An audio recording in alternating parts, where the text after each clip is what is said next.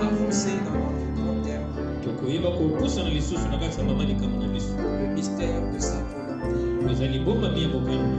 Précisément sur les indicateurs de vocation.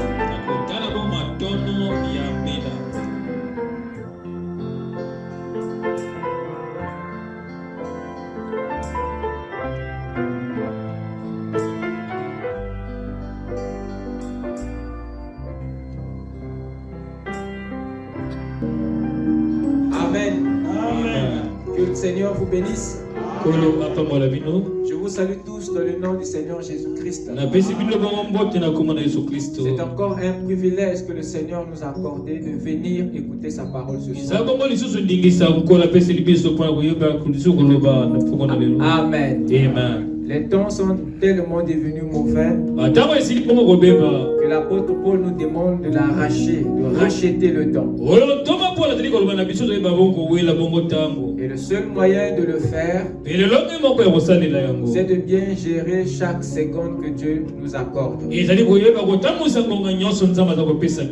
a dit de donner à César ce qui est à César et à Dieu ce qui est à Dieu. Il me semble que César reçoit la double portion et que le Seigneur reçoit qu'une portion. Et à nous qui avons la révélation des choses, il est très nécessaire que la part du Seigneur soit en double. Parce qu'il sera beaucoup demandé à ceux qui ont beaucoup reçu. Ainsi dit William Branham. C'est pourquoi nous saisissons ces occasions comme celui-ci pour nous réconsacrer. Amen. Nous allons lire rapidement dans deux passages. Si vous pouvez vous lever respectueusement. Nous allons lire dans Éphésiens 4, le verset 1.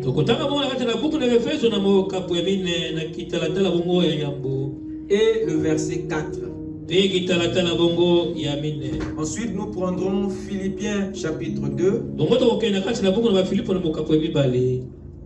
le verset 13.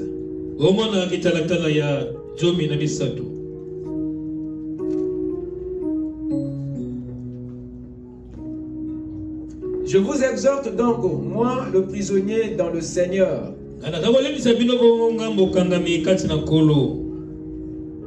à marcher d'une manière digne de la vocation qui vous a été adressée.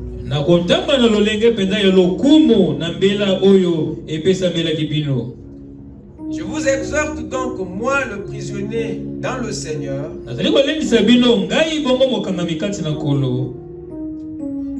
à marcher d'une manière digne de la vocation qui vous a été adressée.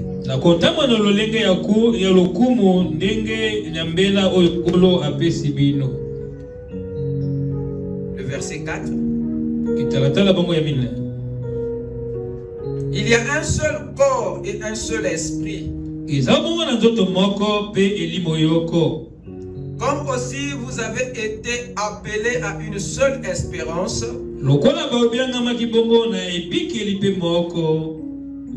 par votre vocation. Amen. Amen. Inclinons nos têtes. Tu es digne, Tu es digne. Jésus, tu es digne. Tu es digne de louange. Tu es digne. Tu es digne de louange. Jésus, tu es digne. Tu es digne de louange. Tu es digne. Tu es digne de louange. Tu es digne. Tu es digne.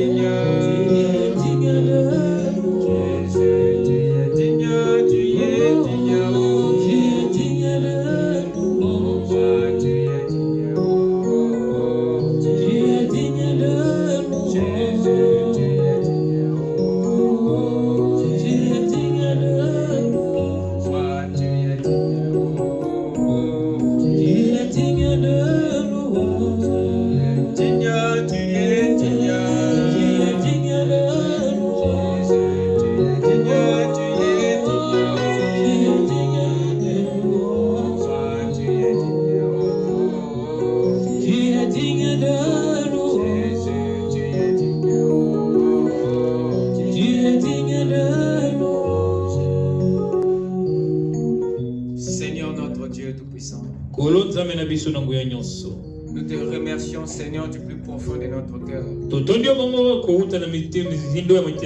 Pour la grâce que tu nous as accordée, Seigneur, d'être compté parmi les vivants. Seigneur, nous te dédions le souffle de vie que tu nous as accordé.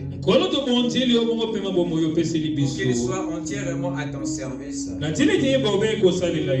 Nous sommes venus apprendre quelque chose de toi. Qui va nous rendre davantage spirituels. Car le discernement de la marche ne réside que dans la spiritualité. Je prie, Seigneur, que tu baisses un regard compatissant envers nous ce soir. Ne nous regarde pas au travers nos manquements, mais regarde-nous au travers du sang versé. Car seul ton Fils en a été digne.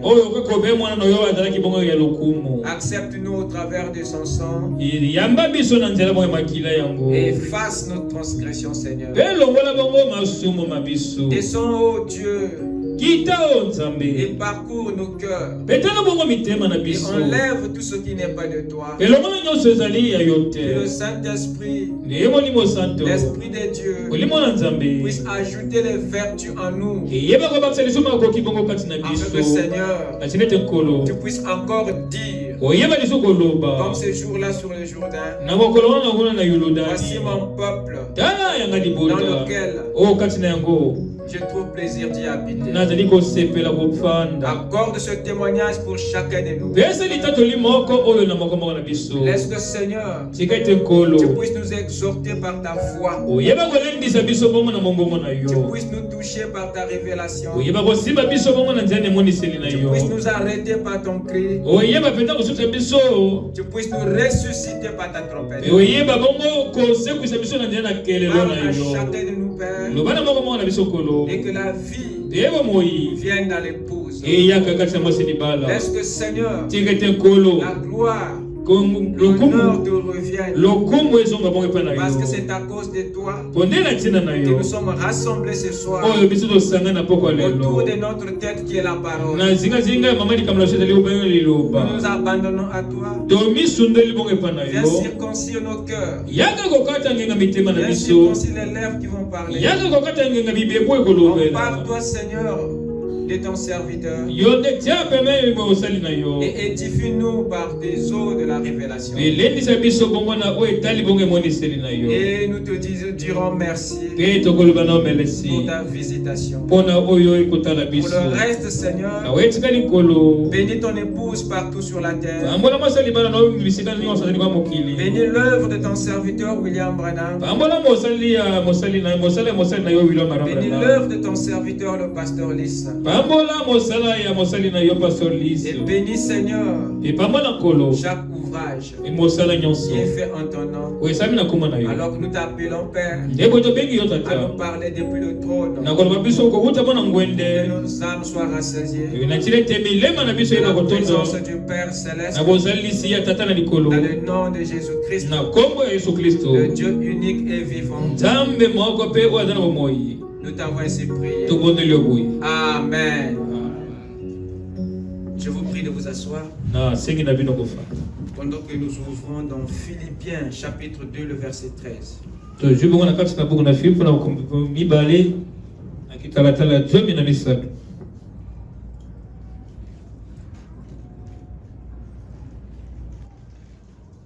Philippiens 2, 13. Car c'est Dieu qui produit en vous le vouloir et le faire.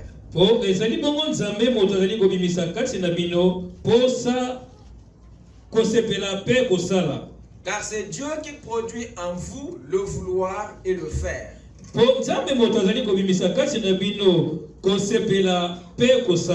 Selon son bon plaisir. Car c'est Dieu qui produit en nous le vouloir et le faire selon son bon plaisir. Amen. Amen. Que le Seigneur bénisse la parole dans nos âmes. Ce soir, par la grâce du Seigneur, nous allons avancer dans notre grand thème, le mystère de sa volonté, précisément sur les indicateurs de vocation. Les indicateurs de vocation. Amen. Amen.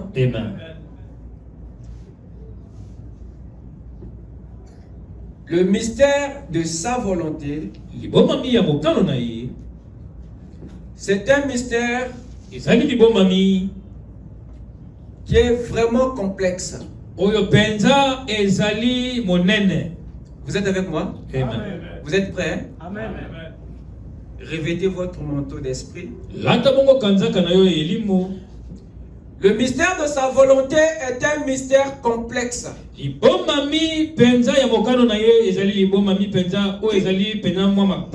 jusqu'alors a été le moins scruté par l'Église. Parce que ça nécessite une capacité spirituelle. Ça nécessite une grâce divine de percer le grand secret de Dieu. Parce que la volonté, c'est quelque chose qui est caché. Dieu a une volonté. Et si l'Église aujourd'hui est dans les affaires, si l'Église aujourd'hui est dans des problèmes, c'est parce qu'elle n'arrive pas à saisir ce mystère. Il y a une différence entre ce que Dieu dit et ce que Dieu veut réellement dire.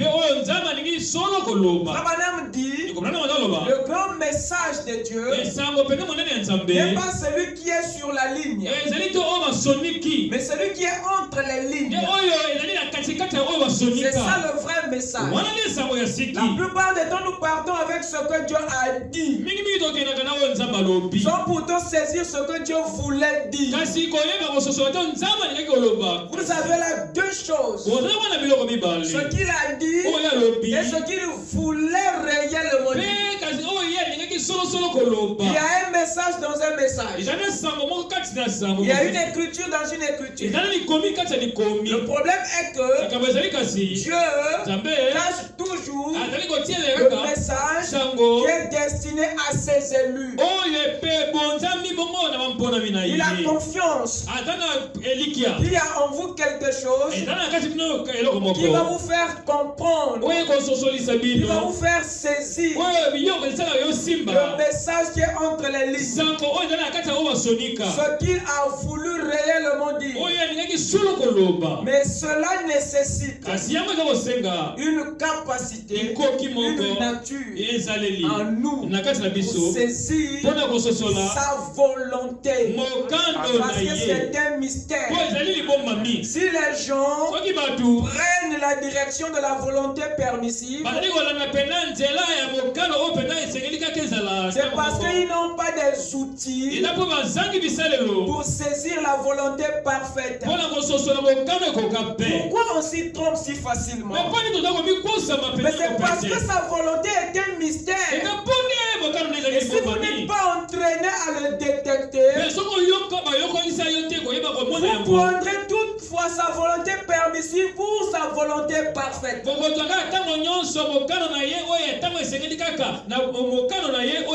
Le mystère de sa volonté, c'est le seul mystère qui nous révèle la priorité de Dieu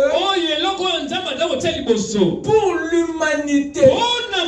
C'est le seul mystère qui nous révèle. Quelqu'un peut dire amen? L'intention originelle de Dieu. C'est dans ce mystère que vous le saisissez. Son intention est derrière son son backmind. Alors percer son économie et toucher les éléments de son grand secret. Cela exige que tu aies les ailes d'un chérubin. Pour voler à ce niveau et revenir avec l'encensoir. Le mystère de sa volonté, c'est le seul mystère qui nous révèle le but de sa création. Il n'y a que ça qui te révèle pourquoi tu es né. Pourquoi tu existes. C'est ce mystère qui t'apporte des réponses sur ton existence, sur ta naissance, sur ta création, sur ta formation. Dis Amen. Amen. Amen. La véritable intention de Dieu. Frère Branham dit que Dieu avait un dessein et qui se présentait en triple. Il voulait se faire connaître. Il voulait. C'était un vouloir. Une volonté. Dites Amen. Amen. Il voulait avoir la prééminence. Et il voulait racheter. Et ça, c'était un destin caché en lui. Mais que seule l'épouse a saisi. Amen. Il voulait se faire connaître. Mais comment? Et à qui? Il voulait ensuite avoir la prééminence. Sur qui? Et par quoi? Et il voulait restaurer. Qui? Et quoi? Dites Amen. Lorsqu'il dit dans la Bible que Dieu fait créer l'homme à son image et à sa ressemblance, faisons l'homme à notre image selon notre ressemblance, et qu'il domine sur la terre. À qui est-ce que le Seigneur s'adressait? Et à quel est cet homme que Dieu avait créé à son image et à sa ressemblance? Et à quel homme il a été donné la domination? La domination n'était jamais remise à Adam. C'était pas Adam où était donné la domination. Adam était le corps. Adam était la chair. Dites Amen. Qu'il domine le règne ou la domination n'a jamais été donné à l'homme extérieur. Qu'il domine, c'est Dieu qui donnait le royaume. Parce que ce mot dominer en hébreu signifie régner ou avoir le royaume. Le royaume était donné à l'homme esprit. C'était à la théophanie que Dieu avait donné les attributs de domination. C'était lui. Dites Amen. Le royaume qu'il veut restaurer à la fin ici ne commence pas à l'extérieur, mais commence à l'intérieur. Voilà pourquoi Dieu, dans sa rédemption, il commence à l'intérieur et termine à l'extérieur. Quelqu'un m'écoute? Parce que le vrai fils de Dieu, c'est pas le corps, c'est pas Adam, c'est lui qui vivait en Adam. Frère Branham dit qu'Adam était à l'image des animaux, mais celui qui était au-dedans de lui, c'est celui qui était à l'image de Dieu. Amen. Nous venons de lire Paul ici.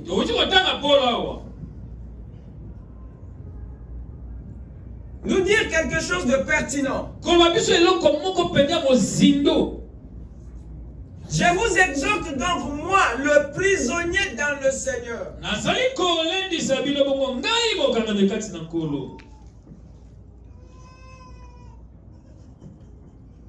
à marcher d'une manière digne de la vocation qui vous a été adressée.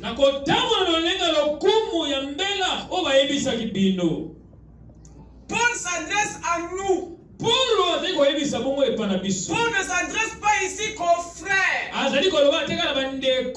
Paul parle aux frères et aux sœurs, disant que il nous a été adressé à nous tous une vocation. Chacun de nous est né pour une vocation. Et il est question aujourd'hui de le découvrir. Parce que Dieu attend que tu entres dans ta vocation et que tu l'exerces. Personne n'est en dehors de la vocation. Tout ce qui existe dans le monde existe pour une vocation. Le soleil a une vocation. C'est ce qu'il fait chaque jour quand il sort, quand il se couche. La plante est née pour un but. Et le but que la plante poursuit chaque jour de sa vie est sa vocation. La mouche que tu tues tous les jours existe pour une vocation. Chaque élément de la nature vit et existe pour un travail spécifique que seul lui peut faire. Je parle à quelqu'un. Rien n'existe pour ne rien faire. C'est toi qui penses que telle ou telle chose existe pour rien. Mais Dieu seul le sait. Ce qui fait que quand vous supprimez cet élément, votre vie entre dans le déséquilibre. Il y a beaucoup de maladies qui ont germé aujourd'hui. Parce que l'homme s'est mal comporté envers l'environnement. En tuant telle espèce, ça fait apparaître une maladie que même vos recherches ne peuvent pas remédier. Parce qu'il y a des animaux que Dieu a créés qui sont des nettoyeurs des microbes, des déchets que vous laissez. Eux,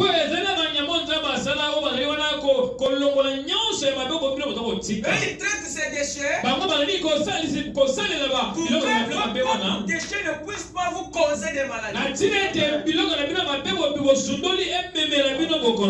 Quand vous voyez le porc, c'est un nettoyeur. Son corps est fait de façon à comprimer certaines bactéries qui peuvent vous causer des maladies si ça rentre en vous. Alors les animaux que Dieu a interdit de ne pas manger, c'est parce qu'ils sont faits de façon à garder certains microbes.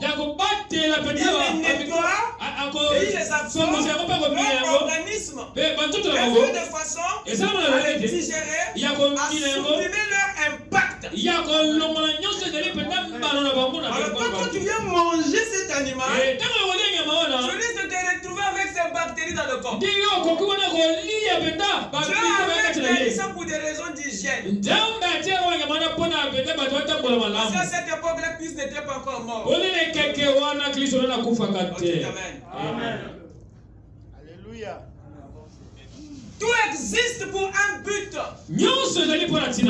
Aujourd'hui, l'homme dans sa convoitise se met à dépouiller la terre de ses minéraux. Parce qu'il veut se couvrir d'argent. Et voilà qu'il prend le pétrole voilà qu'il prend l'or. Et voilà qu'il prend le diamant. Et il est content de la richesse que cela le procure. Et il oublie quel est le rôle, la vocation de ces choses sous la terre et dans la terre. Madame dit que ces minéraux que vous soutirez de la terre, ça a été placé comme étant la charpente de la terre. C'est comme les os dans le corps. C'est ce qui tient le corps. Quand vous retirez les os, je deviens mollusque. Il dit le rôle de ces minéraux, c'est pour tenir la planète. Pourquoi il y a maintenant des glissements de terrain? Pourquoi il y a maintenant des tremblements de terrain? Parce que la terre est dépouillée de sa charpente. Et la terre commence à s'affaisser parce qu'elle a perdu ses os. Allez encore creuser, prenez le temps. Venez me voir qu'il y aura tsunami.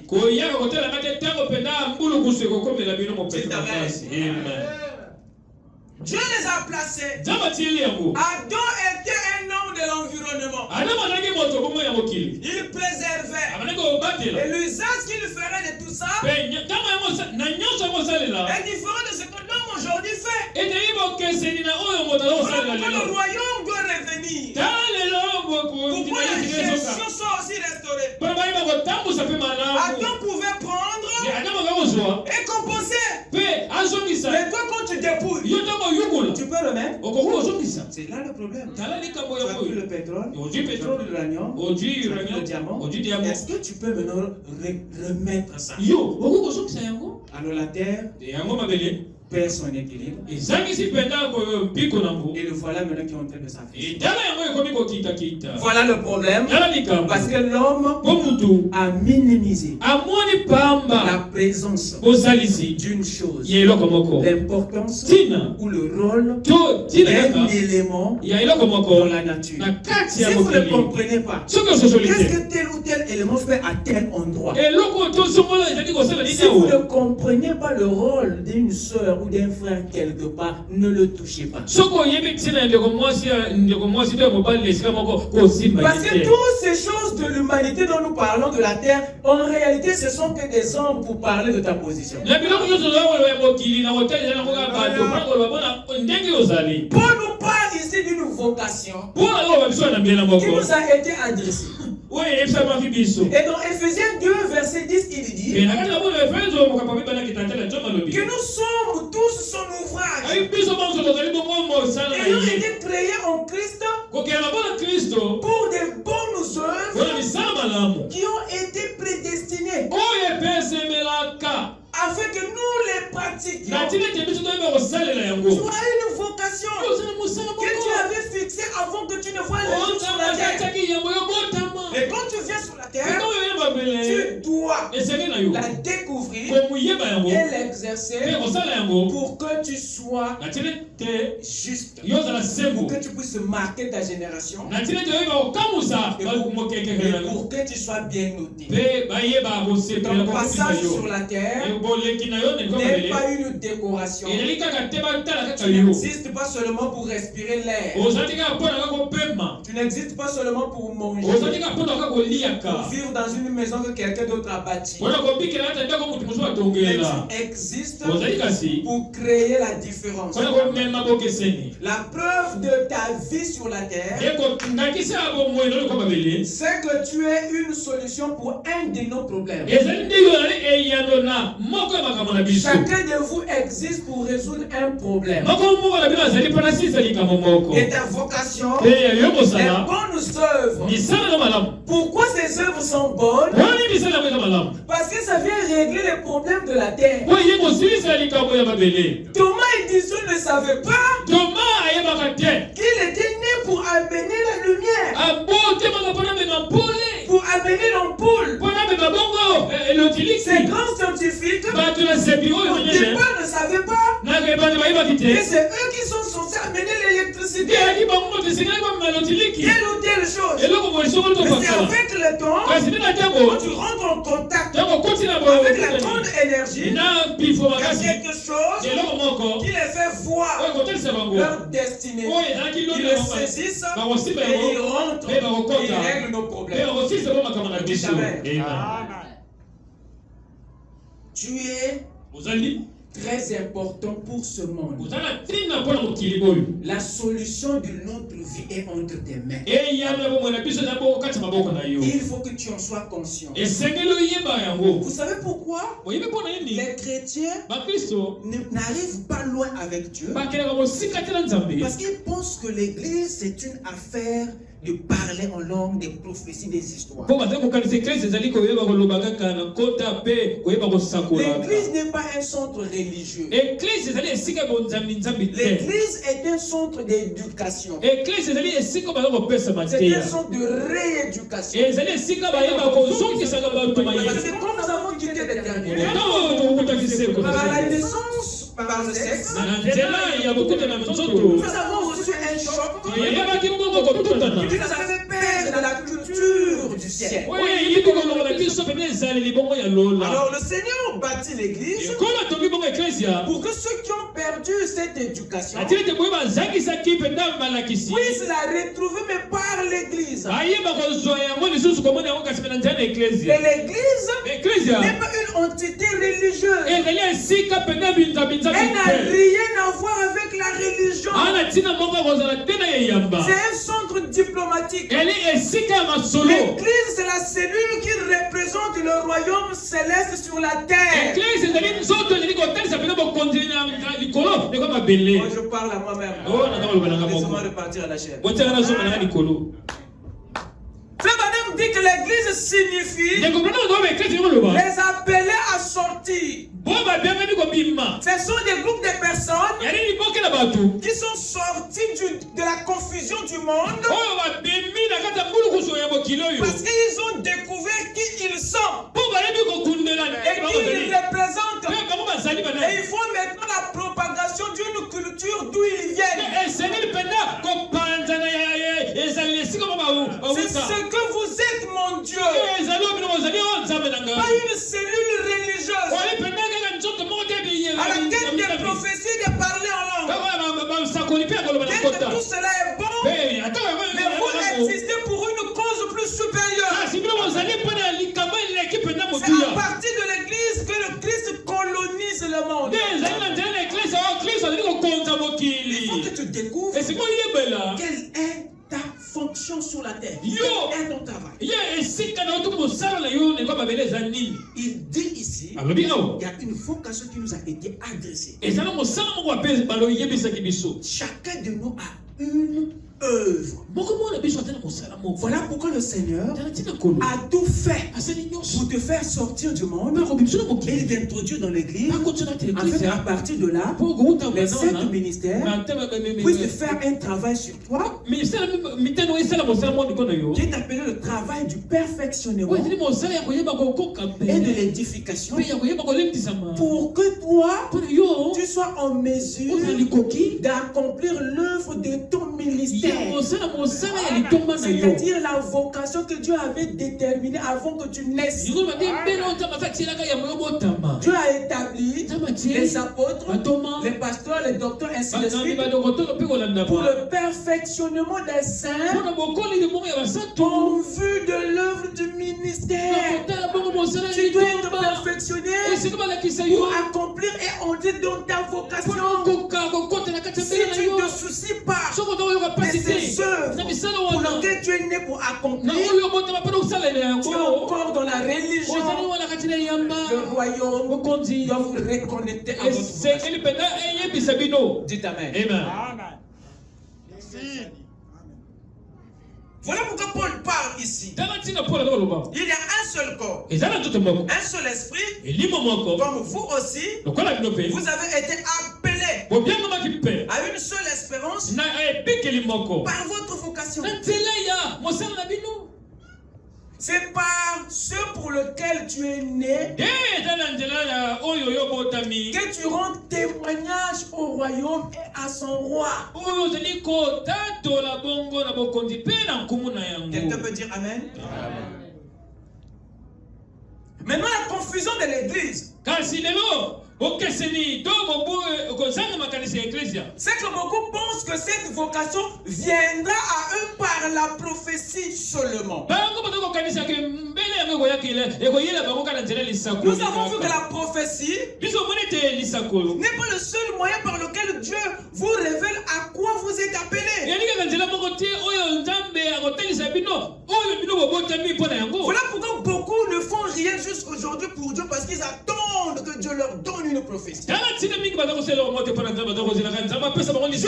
tu veux rien faire parce que tu attends une voix audible. Tu attends un songe. Tu attends maman Mikrouni qu'elle te dise que tu es fait pour ceci. Tu attends une prophétie pour entrer dans ta vocation. Et vous pensez que la prophétie est le seul moyen par lequel Dieu parle. Vous ne pouvez pas canaliser Dieu. Vous ne pouvez pas le limiter dans un canal. C'est à toi d'apprendre tous les langages de Dieu. Parce que Dieu peut te parler par l'environnement. Dieu peut te parler par le don. Dieu peut te parler par la passion. La passion que tu as pour quelque chose peut aussi être un indicateur de ta vocation. Pendant que tu attends maman Mikoudi qui te donne la prophétie, viens t'asseoir à TNS et apprends le métier de Dieu. Amen. Parce qu'ici, nous entrons dans les domaines que la religion a négligé parce qu'ils n'ont pas les outils pour les traiter.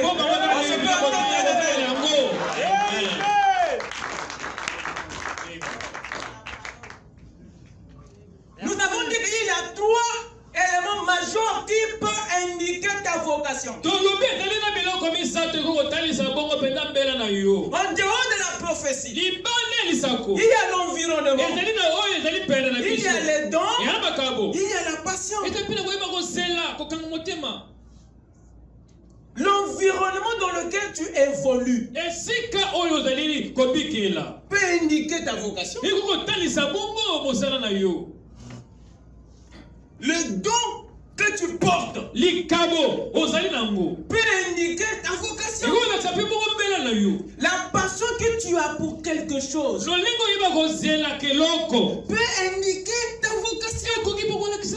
Mais si tu n'es pas enseigné sur ça, tu seras là assis année après année, attendant la vision, la prophétie, alors que Dieu avait déjà parlé par ces éléments. Vous allez discuter avec lui ce jour. Amen. C'est très important. C'est très capital. Qu'est-ce qui se passe? Il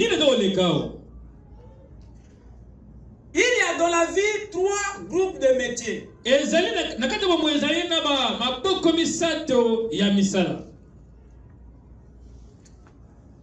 y a les métiers de vie.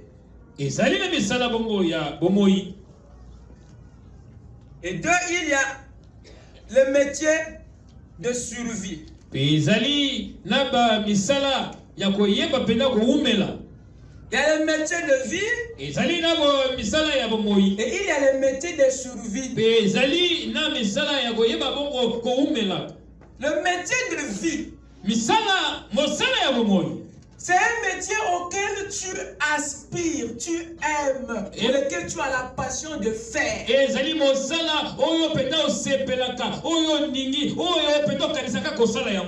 veux faire ça même pour rien.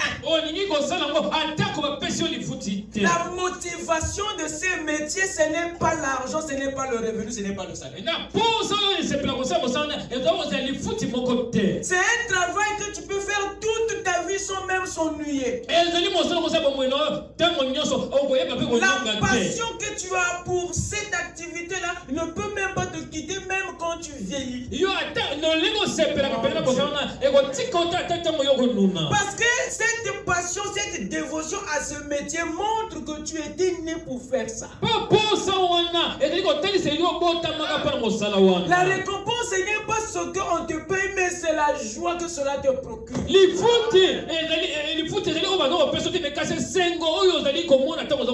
fait que tu vois que ce que tu fais délivre les gens, fait du bien aux gens, toi tu es récompensé.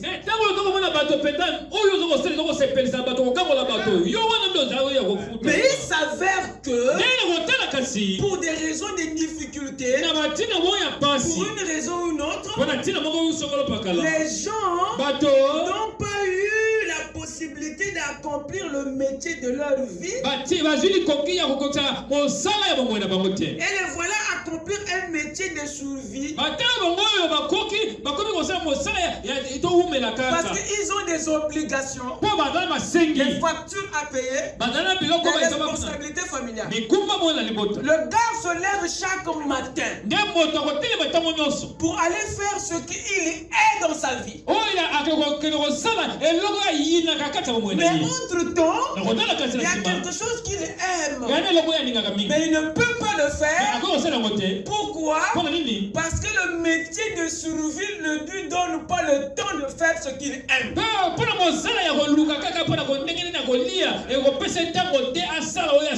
La question ici, ce n'est pas d'abandonner le métier de survie. Non, c'est pas ce que je dis. Le problème ici, c'est que bien que vous êtes pris dans le métier de survie, qui paye vos factures, souvenez-vous de ce que vous aimez faire. Qui sait que c'est par là que se décrit votre vocation. Cherchez aussi à aller au bout de votre passion. Cherchez aussi à accomplir la chose que vous aimez faire depuis votre temps. C'est pas bien que tu sois bloqué dans ton métier de survie, alors que dans ton cœur, tu sens que il y a un métier que tu aimais faire, que tu aimes toujours à faire, mais tu n'arrives pas à cause du métier de survie. Je suis ici pour te dire que cette passion que tu ressens envers cette chose que tu n'arrives pas à faire parce que tu es dans un métier. Vous me comprenez? Que Dieu me donne la voix d'un archange. Que je puisse écrire ça avec les paroles de feu dans vos cœurs. Alors, nos métiers de survie nous ont brisés. Les métiers de survie ont détruit le métier de la vie. Tu es pris dans un engrenage qui ne te permet pas de faire la chose que tu aimes. Alors cette émotion, cet amour, cette affection, cette passion que tu as pour cette chose que tu n'arrives pas à faire à cause d'une autre affaire, cette émotion-là, cette passion peut être un indicateur que ce que tu n'arrives pas à faire là est aussi ta vocation. La passion peut être un indicateur d'une vocation. Mais tu n'arrives pas à entrer dans ta vocation malgré ta passion. Parce que le métier de survie t'empêche. Et beaucoup ne savent savent même pas que cette attraction que je reçois pour telle chose, il se pourrait que ce soit un message que le royaume me donne. Et il marche sur ça. Certains parfois c'est le dessin. C'est un haut fonctionnaire, mais il a de la passion pour dessiner. Il va minimiser ça parce qu'il veut se dire que non, c'est pour les enfants. Alors cette passion montre un ex pointe d'une vocation. Alors s'il abandonne ça, il enterre ça parce que c'est quelque chose qui est sans valeur aux yeux du monde, il pêche contre sa propre vocation. Je suis ici pour te dire que quand tu as cette passion pour quelque chose que le monde trouve sans valeur, que même toi-même tu juges sans valeur, mais la présence de cette passion doit t'indiquer, doit attirer ton attention, parce que dans le royaume Dieu attache la passion aux choses pour lesquelles tu es né à faire.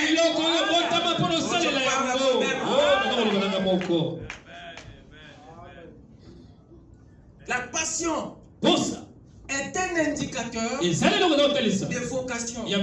Mais beaucoup le prennent pour quelque chose de simple. Non, ce ne sont pas tes propres pensées. C'est ton cœur qui réagit vers son travail. Nous avons parlé de l'environnement. Nous avons parlé des dons. Nous voulons vous parler de la passion dans un contexte bien spécifique, afin que chacun apprenne maintenant à lire sa passion pour quelque chose. Et si Dieu passe par là, et que tu saisisses, que tu comprennes quelle est cette attraction sur cette montagne. Peut-être que Dieu est dedans. Dites Amen. Un homme spirituel, la Bible dit, juge de tout. Il faut même juger ta passion. Elle te montre quoi? Elle t'amène à quoi?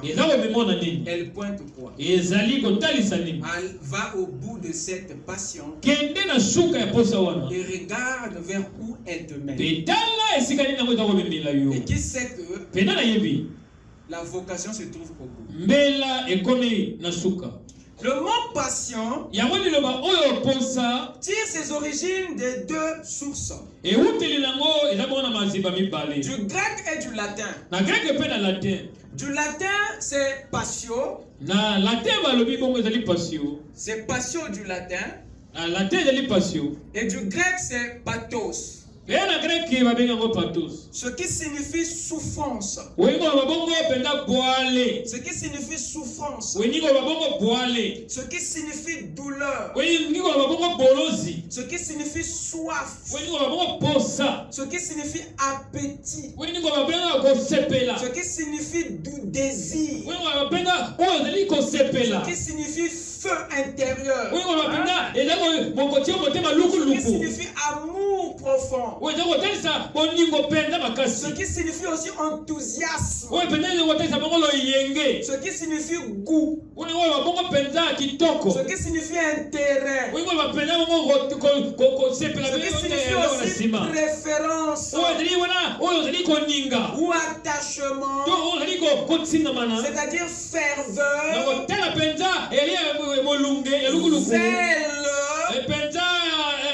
zèle, affection. Donc la passion,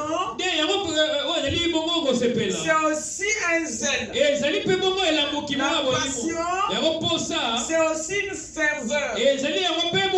La passion, c'est aussi une préférence. La passion, c'est aussi une affection que tu as pour quelque chose.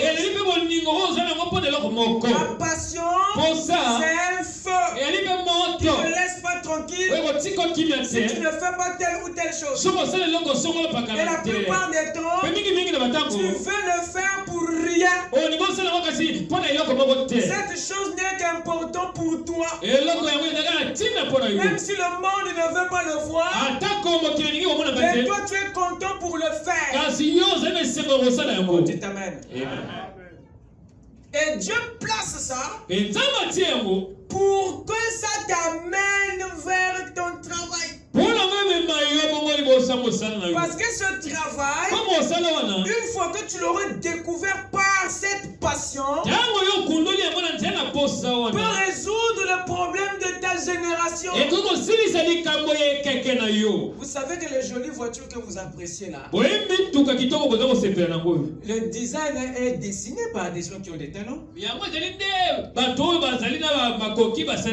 véhicules que vous appréciez sont au préalable dessinés par ceux qui ont la passion pour le dessin. Donc on ne peut pas arriver à là si on ne passe pas par le dessin. Il n'y aura pas de beaux dessins s'il n'y a pas des gens qui ont la passion de ça. Frère Branham dit, même Dieu ne pouvait rien créer avant de les dessiner dans sa pensée. Le premier dessinateur, c'est Dieu. Tout ce qui a une forme, c'est l'œuvre du dessin. Minimise le dessin maintenant. Tu te rendras compte que même ta forme est partie du dessin. Dieu t'avait d'abord dessiné. Dites amen. He drew it in his mind. Amen. Yes, sir. La passion, pour ça, c'est une soif profonde. Une soif douloureuse.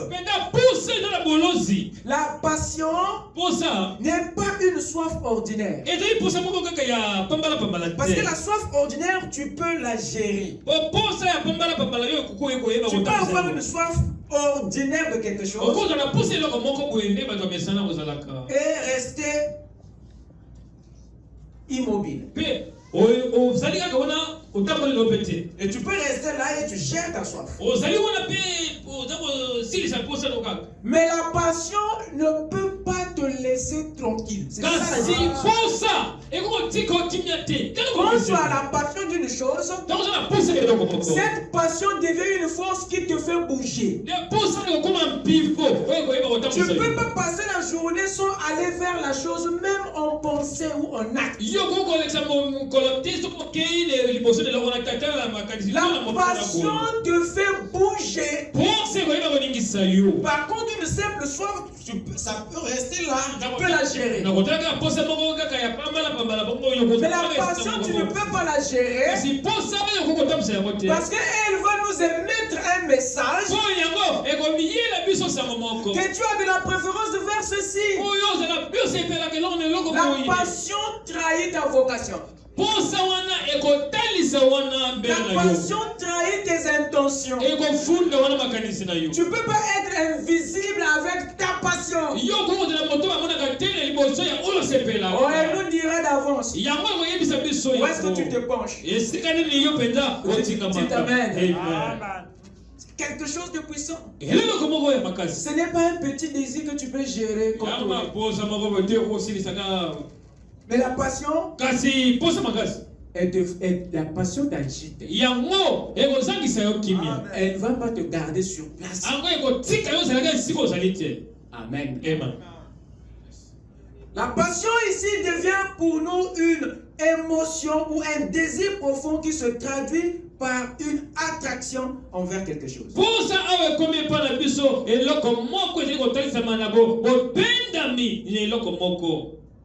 Une attraction envers quelque chose. La passion est une obsession complète à quelque chose.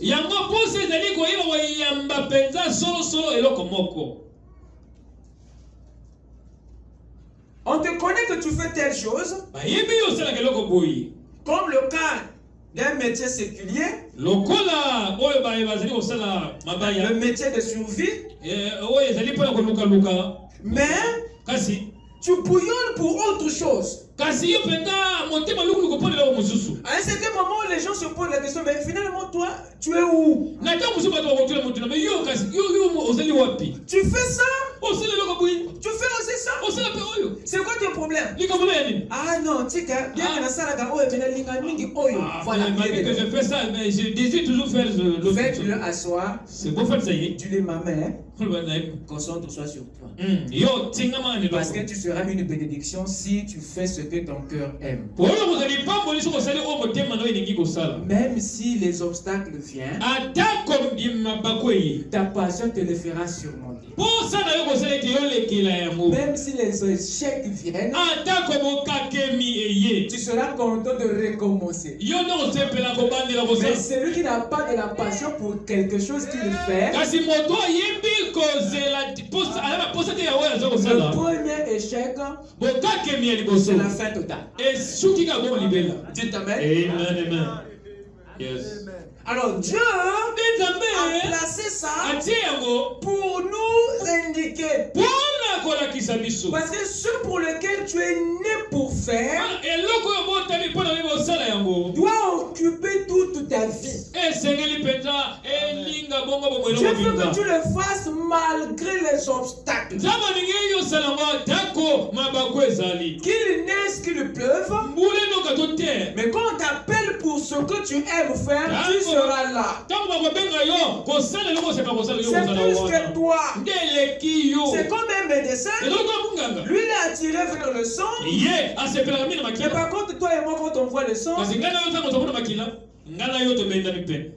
Amen.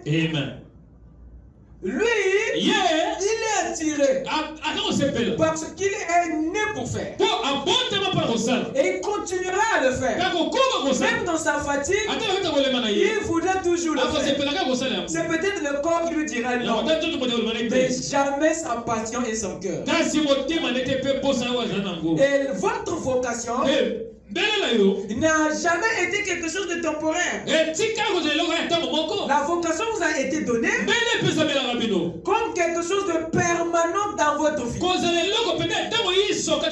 vous devrez faire tous les jours, peu importe les conditions. Pour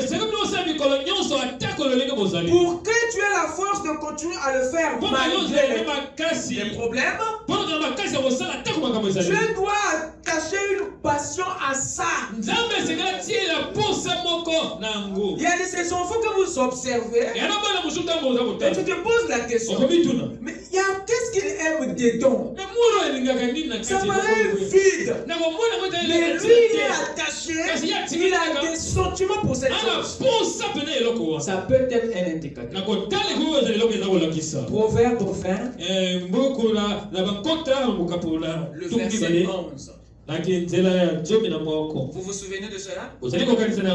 Écoutez ça. Allons-y. Lisons ça pour aider ceux qui n'étaient pas là mardi. Proverbe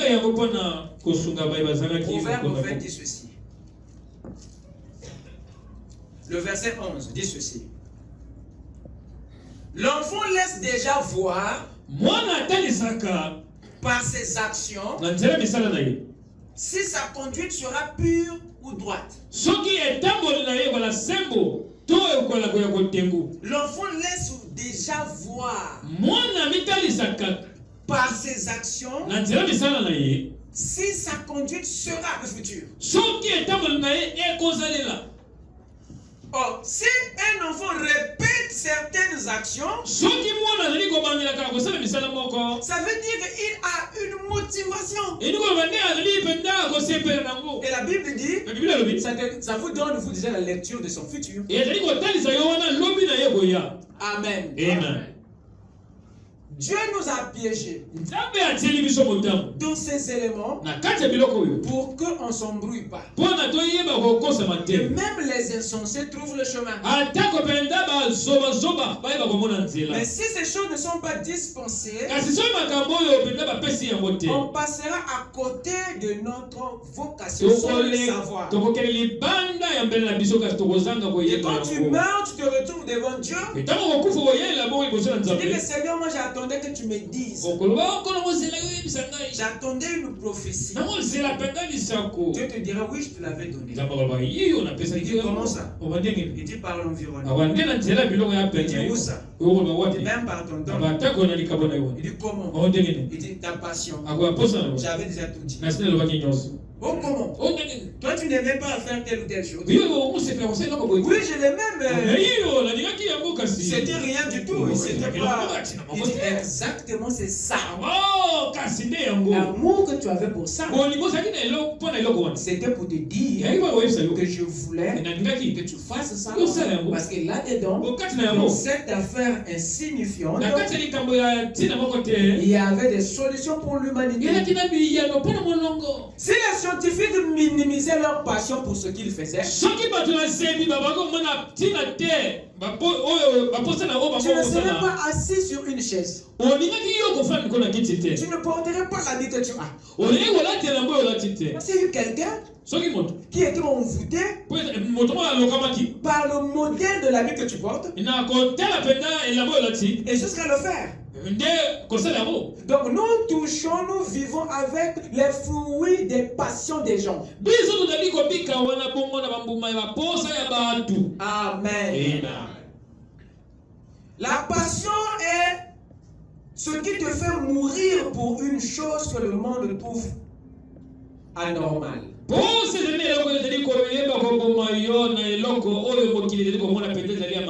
gens vont te dire, toi, tu vas mourir pour ça. Tu dis oui. Mais il y a quoi dedans? Il dit que c'est ça ou c'est pas ça. Peu importe ce que les gens vont dire. Lui, il est dedans. Et le monde a été changé par des gens passionnés.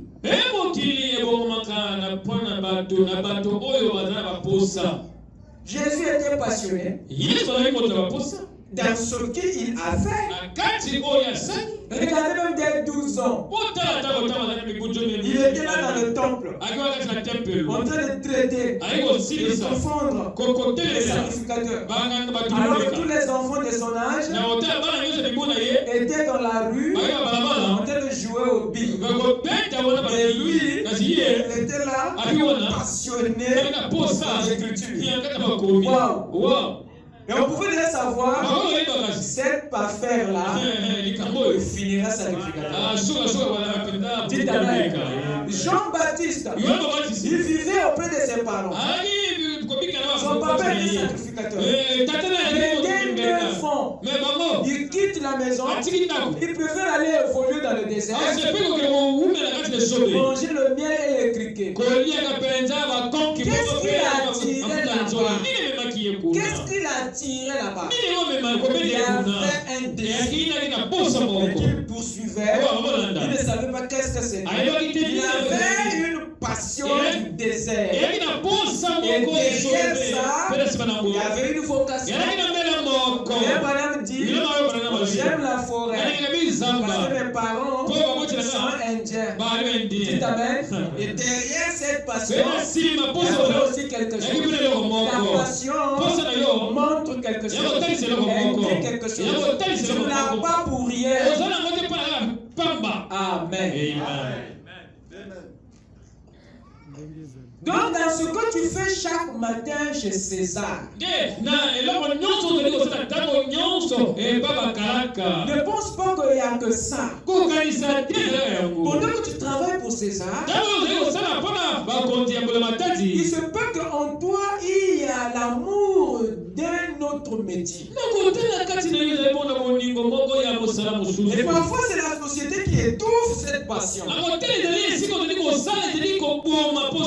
Non, pendant que tu sers César, tu peux aussi aller au bout de ta propre passion. Qui sait? Au bout de ça, tu sauras là une solution pour les autres. Alors n'étais pas la passion, que tu as pour quelque chose que tu ne fais pas. Ne pas cette passion, mais essaie d'aller au bout de ça. Parfois, c'est ta vocation. Et une fois que tu le refais, tu vas apprécier le retour. Dites Amen. C'est très important. Ne vous fermez pas les portes. Allez au bout de votre passion. Il se peut que votre vocation s'y trouve là-bas. La passion est l'énergie qui te fait réveiller.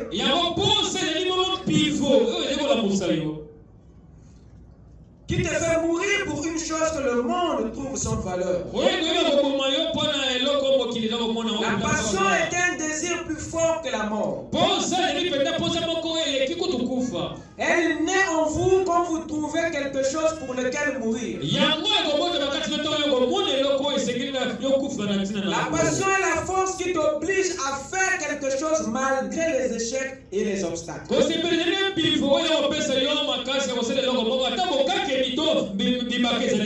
Combien de fois Naomi avait dit à Ruth de ne pas venir? Combien de fois? Mais elle a dit, moi je viens. On l'a empêché, mais les paroles dures de Naomi n'a pas tué la passion de Ruth. La passion est têtue. Vous allez mourir avec, même si tu n'accomplis pas ce pour lequel cette passion t'indique. Tu vas évoluer dans un secteur, mais tout en vivant avec le désir de vouloir faire ce que tu aimes faire. Alors vous devez être aguerri. Même si tu évolues dans ceci, alors vérifie ton cœur. Aimes-tu faire autre chose en dehors de ça?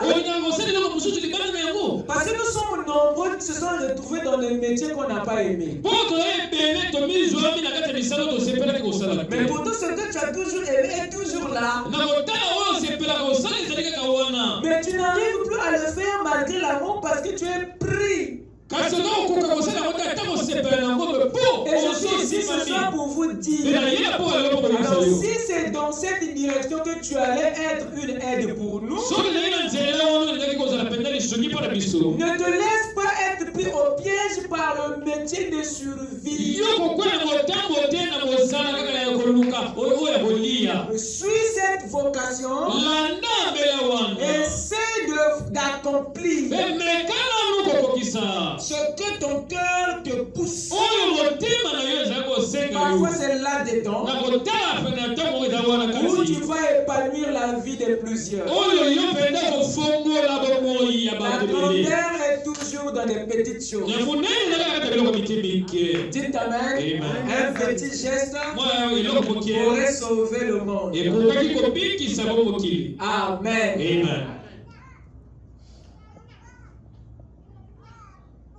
C'est très important. La passion est ce qui te fait faire quelque chose sans même vouloir être payé. Pourquoi? Parce que la passion n'existe pas pour l'argent, mais la passion existe pour la tâche. Amen. Ce n'est pas pour l'activité. J'allais dire, ce n'est pas pour le résultat de l'activité. Mais c'est pour l'activité. La passion est l'enthousiasme de faire quelque chose. Sans être motivé par le gain. Mais tu es motivé par la joie de le faire. Tu es motivé par le bien-être, cela te procure ou procure à autrui.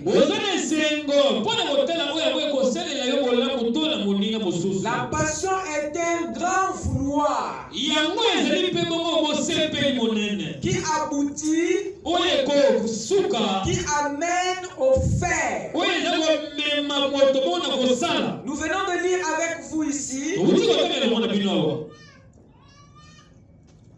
dans Philippiens 2. Et Paul qui dit ceci au verset 13. Il dit ceci: car c'est Dieu qui produit en vous le vouloir et le faire, selon son bon plaisir. Dieu a placé en vous le vouloir pour faire. S'il n'y a pas ce vouloir, il n'y aura pas le faire. Donc la passion est un grand vouloir, une grande motivation qui mobilise celui qui la détient à l'activité. Alors comment il y a la passion, il y aura forcément l'activité. À moins que tu sois pris au piège. Aussi longtemps qu'il y a le vouloir, sachez qu'il y aura le faire. Même si cela est espacé par des années. Parce que le vouloir est un feu qui va te pousser à faire. Alors qu'est-ce qui s'est passé? Comme nous avons tous reçu une vocation, Dieu s'est dit, si je n'attache pas une passion, alors il n'y aura pas l'exécution. Alors il met en toi un vouloir, une passion, un désir. C'est pour que cela t'amène à faire. Peu importe le temps que cela prend, Dieu veut que tu fasses, mais à partir d'une motivation qui est le vouloir. Le vouloir, c'est un grand désir, une passion qui te met en activité. Amen. Chacun de nous ici a une passion pour quelque chose. Il y a quelque chose que vous aimez faire, mais que vous ne faites pas encore. C'est seulement parce que il vous manque du temps, ou parce que vous n'avez pas les outils. Mais entre temps, vous êtes en train parfois de faire ce que vous n'aimez pas. Mais tu ne peux pas t'en sortir, parce que ce que tu n'aimes pas faire, c'est ce qui paye tes factures. Mais ce que tu aimes faire, tu n'arrives pas à le faire, parce que ce que tu n'aimes pas faire prend tout le temps qui t'empêche de faire ce que tu aimes faire. Conclusion, fais en parallèle. Pendant que tu fais ce que tu n'aimes pas faire, force-toi aussi à aller au bout de ce que tu aimes faire. Car tu ne sais pas lequel va résoudre les problèmes de ta génération. Dites amen. Si tu es un manguier, Dieu n'enverra pas les gens chez les bananiers pour aller chercher les mangues. Mais jusqu'à ce que tu aurais produit des mangues, c'est à ce moment-là que tu te rendras compte, waouh, toutes ces années, l'humanité attendait des mangues. Vous pouvez comprendre la colère de cet homme qui est parlé dans la Bible. Il avait planté un figuier dans sa vigne. Et la troisième année, il vient chercher le fruit et il n'en avait pas. Alors le gars s'est fâché. Il s'est retourné vers le vigneron. Il dit, ça fait 3 ans que je viens chercher le fruit et le figuier n'a pas donné le fruit. Il dit alors coupe cet arbre et il occupe de l'espace pour rien. Alors le vigneron il se dit mais qu'est-ce qui se passe? Pourquoi ce figuier ne produit pas? La Bible dit que le figuier s'est jeté à la brèche. Il a intercédé pour le vigneron s'est jeté à la brèche pour intercéder pour le figuier. Il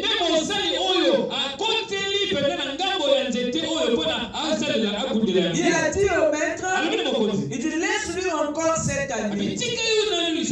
Moi, je creuserai tout autour, c'est-à-dire pour enlever tout ce qui étouffait sa motivation, ce qui étouffait sa passion du figuier. Voilà pourquoi il n'accomplissait pas sa vocation. Et je mettrai du fumier. Peut-être l'année prochaine, il va accomplir ce pour lequel tu l'avais planté. Dites Amen. Il a été planté pas pour donner des feuilles, bien que c'est bon, mais c'était pour donner des fruits. Donner les fruits, c'est ça le véritable travail du figuier. C'est ça qui a déplacé le maître pour le figuier. Il est venu dans l'espoir de trouver le figuier dans son travail. Mais quand il arrive, le figuier n'avait rien fait, n'avait pas produit, n'avait pas accompli son travail. Alors Dieu était fâché. Sachez que ce figuier, c'est toi et moi. Et la ville dans laquelle il se trouvait, c'est la terre. Nous avons été plantés ici sur la terre comme des figuiers dans la ville, mais pour accomplir une vocation, pour produire un travail. Parce que le maître viendra pour voir si le job a été fait. Parce que le bien-être du maître et de toute sa famille dépend de ce que toi tu vas faire comme boulot. Le royaume attendait les figues de ce figuier. Parce qu'avec ce que tu vas faire, on peut résoudre nos problèmes. Le maître était fâché parce qu'il était persuadé que les problèmes qu'il avait n'auraient pas la solution parce que le figuier n'avait pas produit des figues. Parce que le travail du figuier était un remède. C'était une solution au problème que le maître avait dans son royaume. Alors qu'est-ce qui s'est passé?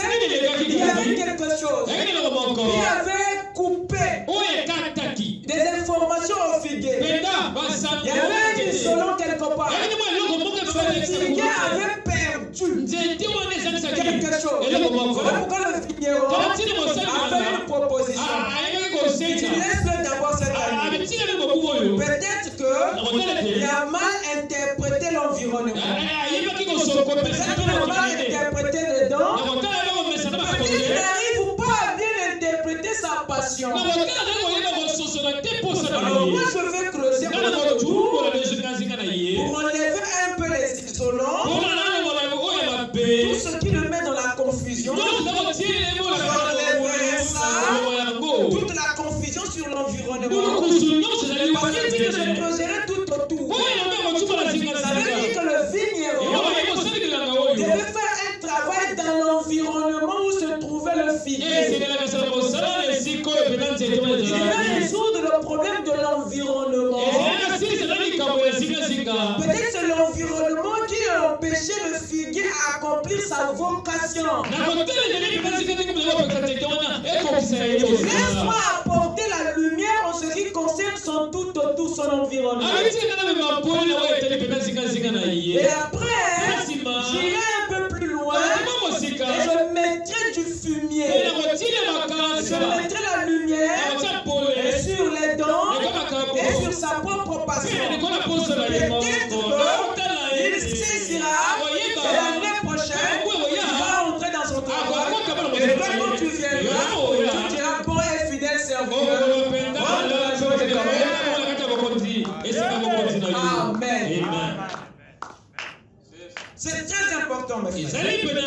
C'est très important. C'est très important. Il y a trois choses que la vocation, que la passion supprime. La passion supprime le complexe. La passion supprime la honte et la peur de l'échec. La passion supprime la pensée de l'abandon malgré les difficultés. Lorsque vous avez de l'amour pour quelque chose, peu importe ce que le monde pense de ça, vous ne serez jamais complexé. Même si ce que vous aimez est petit, vous ne serez jamais complexé parce que pour vous, c'est la chose la plus meilleure. Lorsque vous avez de la passion, vous n'aurez jamais honte de ce que vous faites. Vous n'aurez jamais aussi peur d'échouer parce que vous êtes persuadé que si l'échec vient, moi aussi je le viendrai. La passion enlève en vous la passion d'abandonner un jour. Peu importe les difficultés, vous ne voyez pas l'abandon. Mais c'est la continuité qui sera en vous. La passion est donnée pour assurer une continuité de l'activité.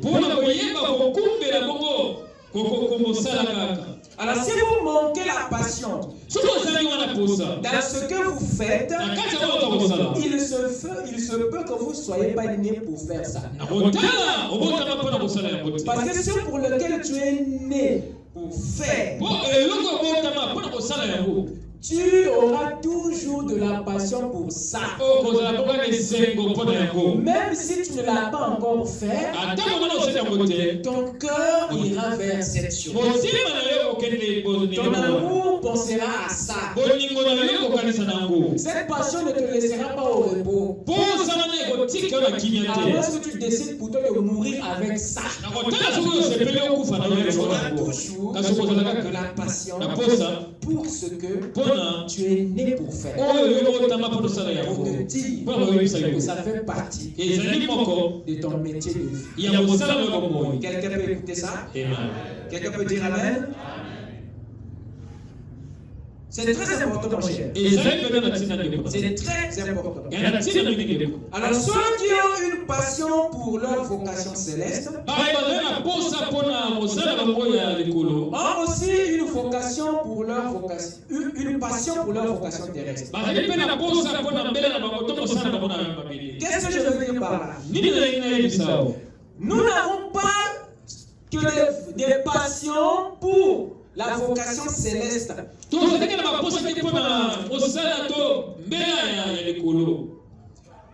La passion que vous manifestez pour dans votre vocation terrestre est la preuve que vous l'avez aussi dans votre vocation céleste.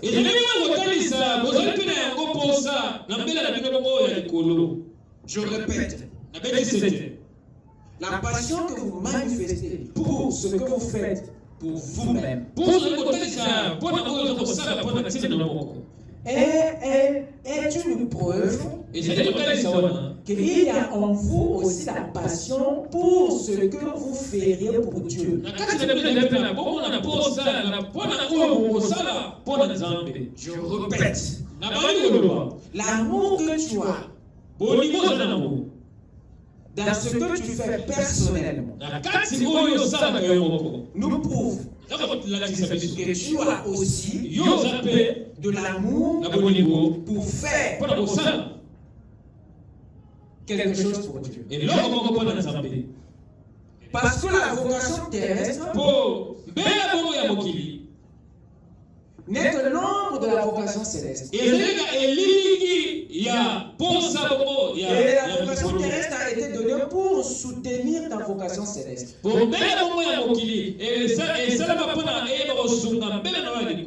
Alors s'il y a de l'énergie ici dans la vocation terrestre, il y en a aussi dans la vocation céleste. Qu'est-ce que je veux dire par là? Regardez un peu Moïse.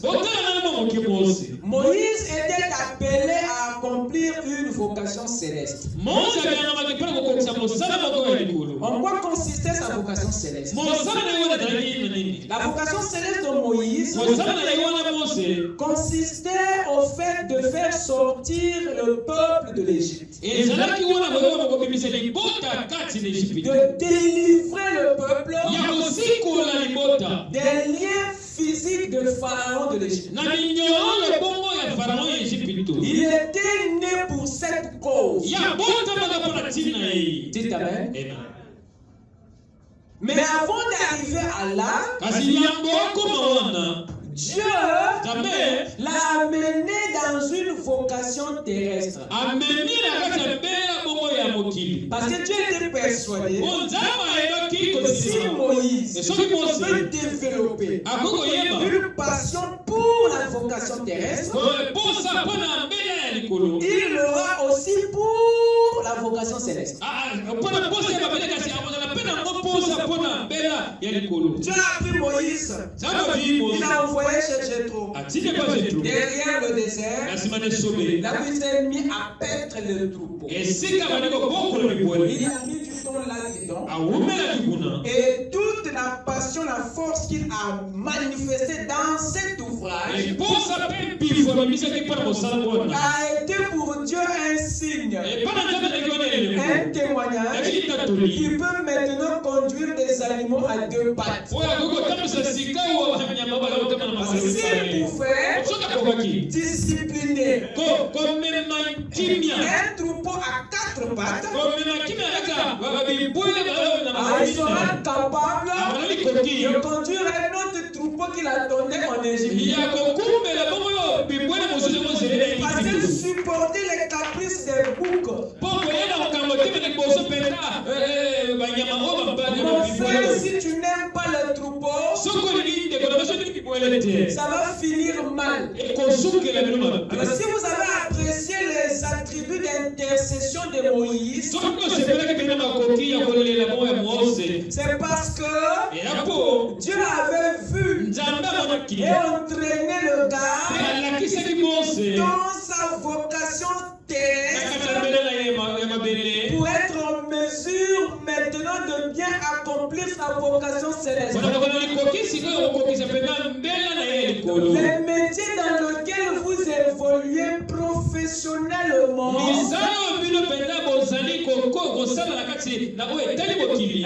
sont des vocations de préparation. C'est là où Dieu développe en vous.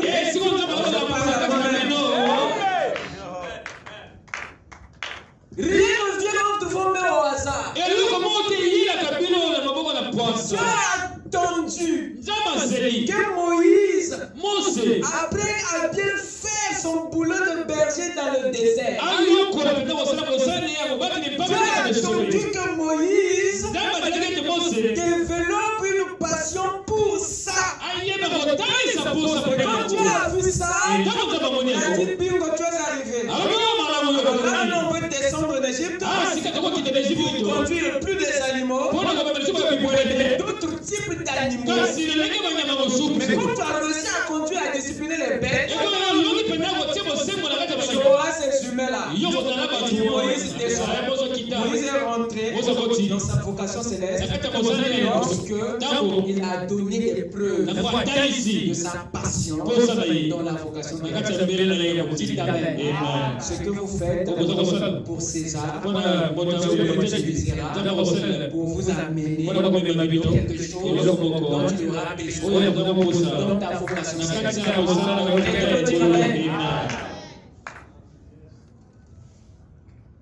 David, Dieu voulait faire de lui un roi. Mais la royauté exige un état de cœur. Parce qu'en tant que roi, tu es le juge suprême de ta nation. Alors il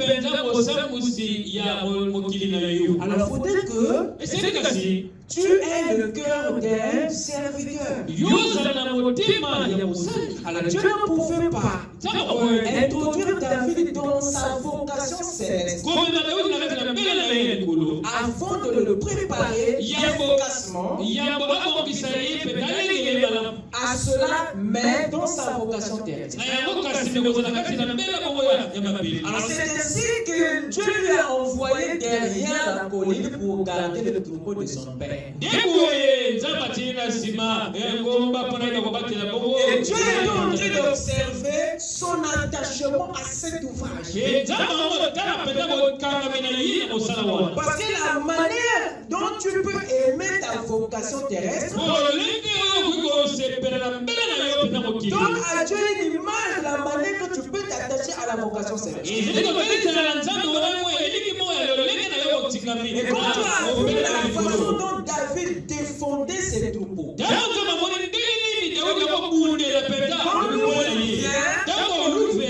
David a dit ou c'est moi ou c'est mon troupeau.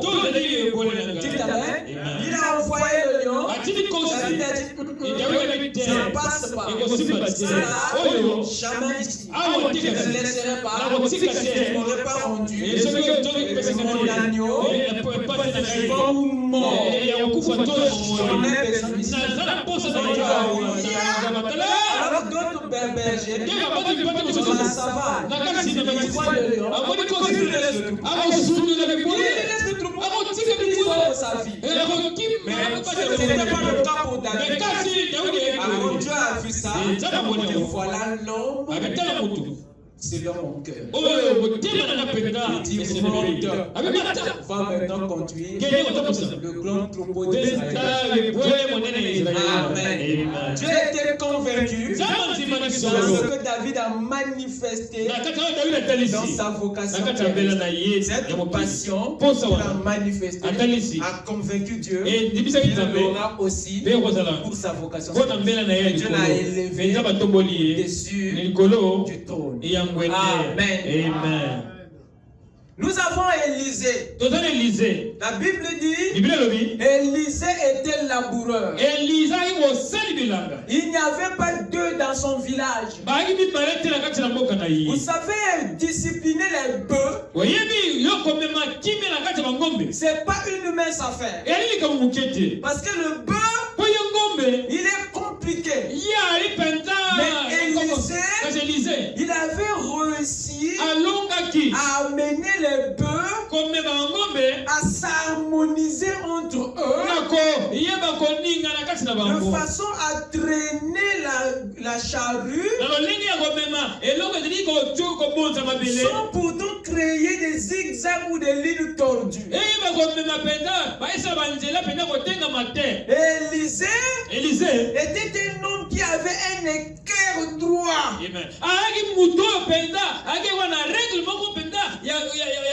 Et frère madame dit il avait un coup d'œil qui pouvait reconnaître si une ligne est droite ou tordue.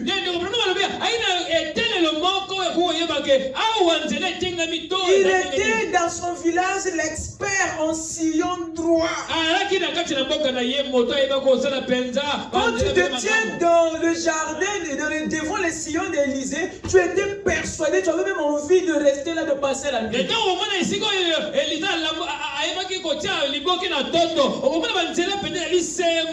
quand Dieu a vu ça, il dit quelle est cette passion que cet homme a, discipline les bœufs de façon à les donner des instructions à suivre une ligne, et lui-même est derrière pour veiller que ce n'est pas tordu. Ici, une personne est tellement affectée par cette activité, Alors si je lui mets prophète après Élie, ce peuple marchera droit comme ce peuple que je vois. Il a dit, Élie descend, va me prendre ce gars. Oh mais il n'est pas prophète. C'est un laboureur. Il dit la passion qu'il y a pour ça.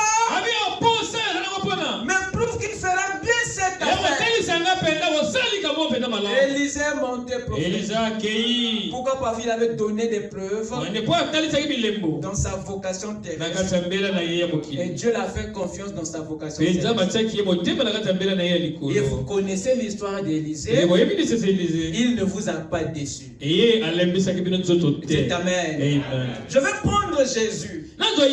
Dieu dans la chair humaine. Quand il est venu, il ne s'est pas échappé à ce principe. Il est allé dans l'atelier de Joseph. Il avait beaucoup de métiers que Jésus pouvait faire. Mais il est rentré dans l'atelier pour apprendre la charpenterie. Hors de la charpenterie, il y a des notions de géométrie. Il faut apprendre un bois rugueux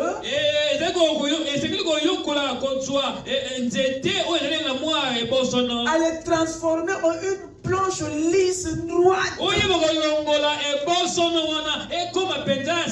Donc quand Jésus tenait le rabot, même si c'était un eucalyptus que vous lui avez donné, mon frère il va enlever toutes les zones rugueuses. Et n'espère pas qu'il va se fatiguer à ôter tous ces endroits tordus. Non monsieur. Jusqu'à ce que le bois devienne une planche lisse droite. Et le Père a attendu que Jésus fasse bien son métier de charpentier. Et avant de l'introduire dans sa vocation céleste. Et quand il arrive au Jourdain, vous avez là un homme qui a fait ses preuves dans sa vocation terrestre. Et le Père n'avait plus de reproches à lui faire dedans. Parce qu'il avait des preuves. Dès qu'il a fait, il ferait bien aussi ici.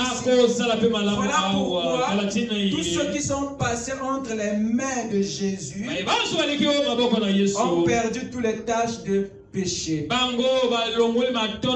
un homme qui sait tenir le rabot pour transformer un pécheur en saint. Parce que Dieu a vu la passion avec laquelle Jésus a fait la charpenterie dans l'atelier de Joseph. Donc ce que vous faites dans votre vie de tous les jours, le métier que vous faites pour César, Dieu parfois ne voudrait pas que tu le perds maintenant, parce qu'il veut t'amener quelque part là-dedans pour te qualifier à la vocation céleste. Dieu veut te voir manifester un amour pour ça, parce qu'il se sert des choses viles pour accomplir des grandes choses. Et ta passion que tu as dans ta vocation terrestre est une preuve pour lui que tu pourras aussi l'avoir dans ta vocation céleste. Pourquoi? Parce que c'est un indicateur des vocations. Que le Seigneur vous bénisse.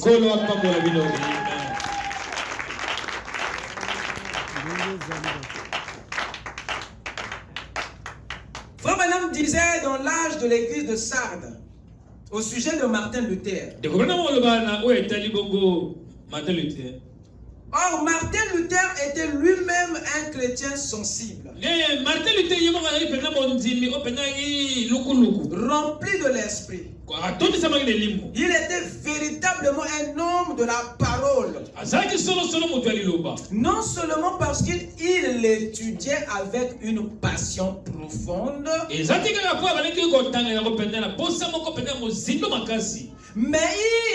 mais encore parce qu'il mit tout son cœur à la rendre accessible à tous. Pour que tous puissent vivre par elle. Donc il y a deux choses que Frère Branham souligne ici qui a fait le succès de Martin Luther.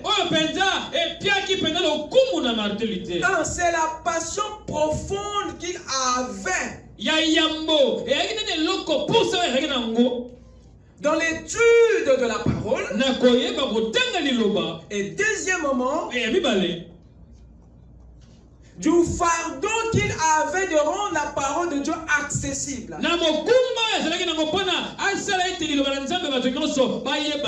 Et nous savons tous que même l'accessibilité de la parole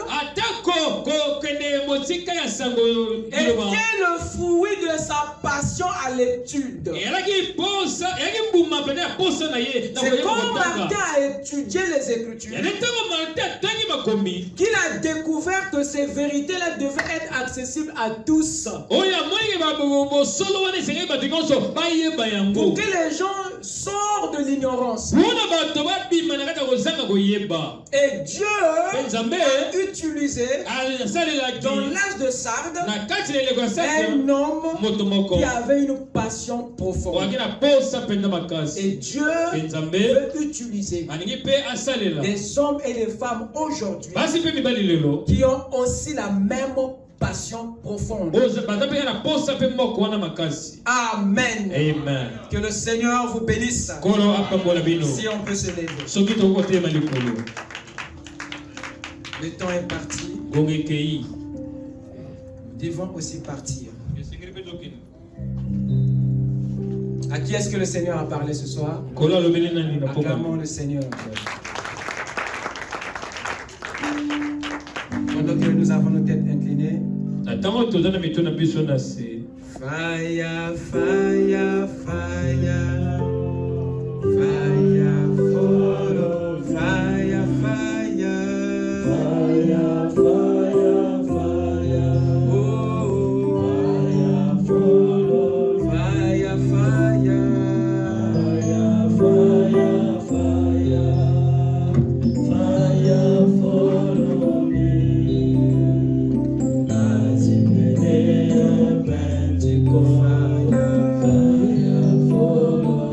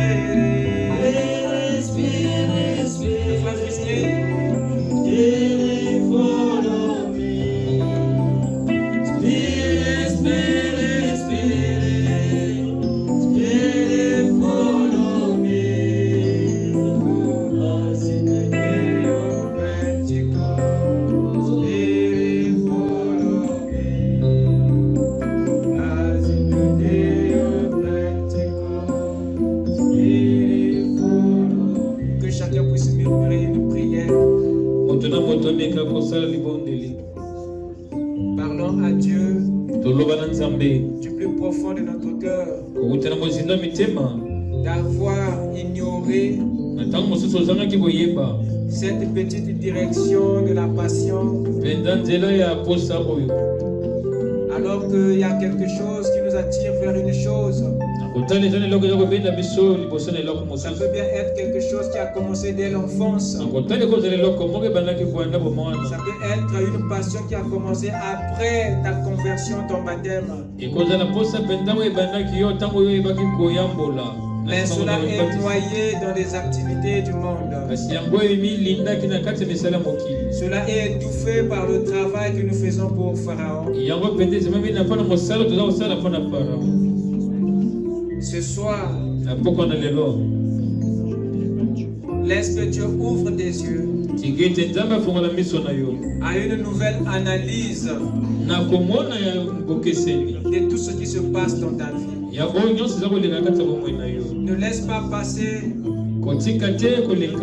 cette opportunité de voir. Essaie de regarder vers où ton cœur bat. Qu'est-ce que tu aimes mais que tu n'arrives pas à faire. Des fois le Seigneur t'attend là-dedans. Nous sommes nombreux qui se sont trompés de domaine. Mais le Seigneur veut que tu fasses aussi ce pour lequel tu as des sentiments. Qui sait que c'est par là que tu vas résoudre les problèmes de plus grand nombre. La Bible dit dans les Proverbes, sème ta sémence le matin et le soir ne laisse pas reposer ta main, car qui sait des deux il y aura un qui va germer, soit l'un soit l'autre.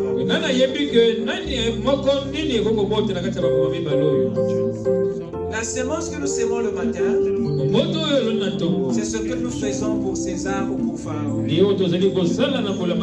Mais nous devons aussi s'aimer ce que nous aimons le plus. Cette chose qui n'est pas contrôlée par César. Car il se peut que dans la sémence du soir,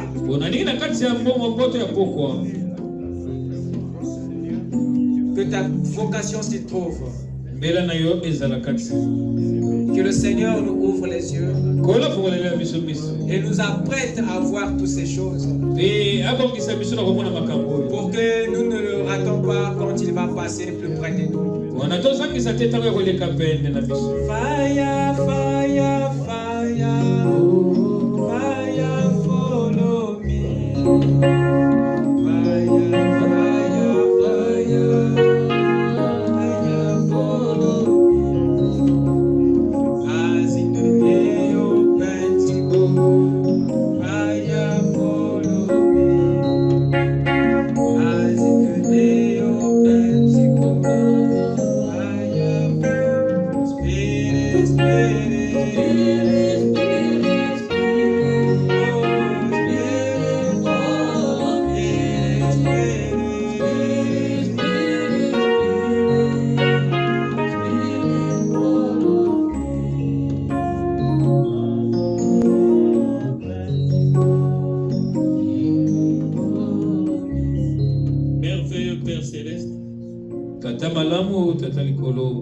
Toi le Dieu compassion,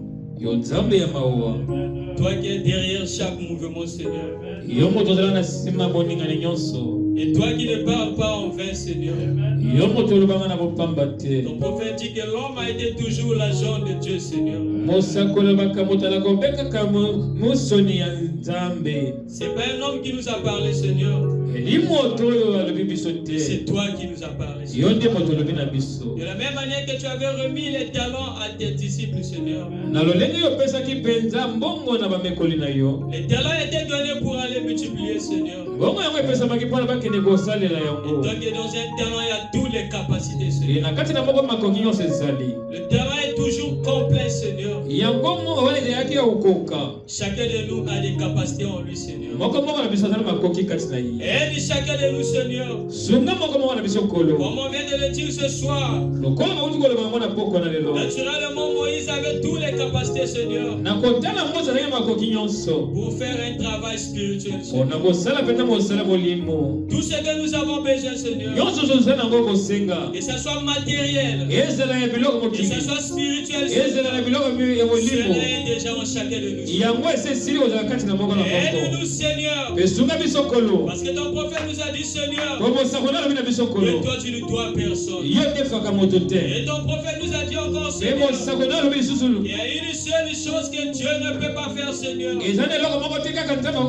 Notre Dieu ne peut pas faillir, Seigneur.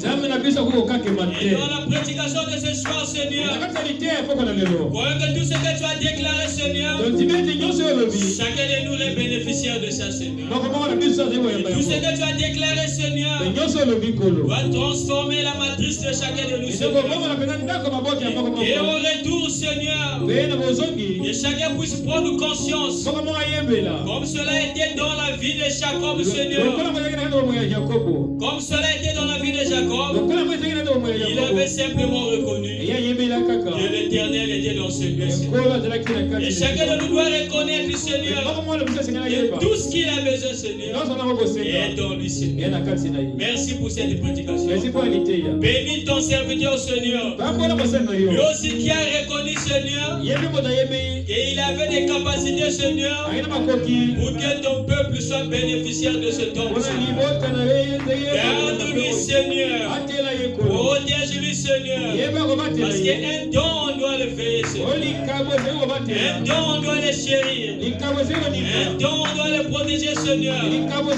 C'est l'autorité de ce monde, Seigneur. On peut lui protéger. On peut prendre soin de lui, Seigneur. Pour l'autorité que tu as placée ici, Seigneur. Toi-même viens veiller, Seigneur. Toi-même viens protéger, Seigneur. Pour que ton peuple soit encore bénéficié. Père éternel, si quelqu'un était aussi malade, Seigneur, tu avais mis en lui, Seigneur, les capacités de la guérison, Seigneur. Parce que toi, tu n'as plus rien donné à l'homme, Seigneur. Tout est dans l'homme, Seigneur. Merci, Père éternel. Si encore un nom de mes, Seigneur, ramène-nous encore dans ce lieu. Pour tout ce qu'on n'a pas pu exprimer, Seigneur, et laisse que la gloire et l'honneur puissent te revenir. Nous demandons tous cela, Père, dans le nom infaillible, le nom qui n'a jamais eu d'échec, le nom de notre précieux Seigneur, Sauveur Jésus-Christ.